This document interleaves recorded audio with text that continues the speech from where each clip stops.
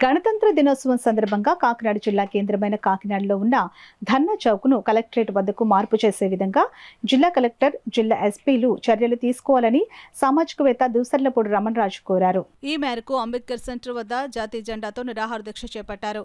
ఈ సందర్భంగా ఆయన మాట్లాడుతూ ధర్నా చౌక్ను కలెక్టరేట్ వద్దకు మార్పు చేసే వరకు తన దీక్ష ప్రజాస్వామ్యహితంగా కొనసాగుతుందని పేర్కొన్నారు. అదే కలెక్టరేట్ దగ్గర అయితే అన్ని రకాలుగా అన్ని వైపుల కెమెరాలు ఉంటాయి, ఒక పర్యవేక్షణ ఉంటుంది, ఒక సెక్యూరిటీ ఉంటుంది. పైగా ఇక్కడ ఫోటోలు తీసుకోవడానికే ధర్నా చౌక్ అన్నట్టుగా ఉంది తప్ప ఇక్కడ నుంచి కలెక్టరేట్ దగ్గరికి వెళ్తే కలెక్టరేట్ దగ్గర పట్టించుకోరు, లోపలికి వెళ్ళనివ్వరు. లోపలికి వెళ్ళినా రిప్రజెంటేషన్ తీసుకునే పరిస్థితి ఉండదు, డబ్బాలే పాడేయమంటారు, దానికి జవాబుదారి ఉండదు. గ్రీవెన్సల్ నడుస్తుంది.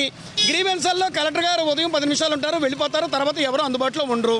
మరి సామాన్యుడు కలెక్టరేట్ దగ్గరికి వెళ్ళాలి అంటే గగనతరం అయిపోతుంది. ఇదేనా ప్రజాస్వామ్యం? దొమ్మిగా వెళ్ళిపోయిన వాళ్ళకి అంతా బాగానే ఉంటుంది. ఒకళ్ళిద్దరి మీద కేసులు పెడతామన్నారు, నా రేషన్ కార్డు పోయింది, లేకపోతే నా ఇంట్లో దొంగలు పడ్డారు, నాకు దౌర్జన్యం చేశారు, నా పెన్షన్ రావట్లేదు, వెళ్తే చెప్తే పట్టించుకునే వాళ్ళు లేడు. ఏడుద్దామంటే కలెక్టరేట్ దగ్గర రానివ్వట్లేదు. శ్మశానం దగ్గర ఏడాలా, లేకపోతే బీచ్ రోడ్ దగ్గర ఏడాలా, ఎక్కడికి వెళ్ళాలా?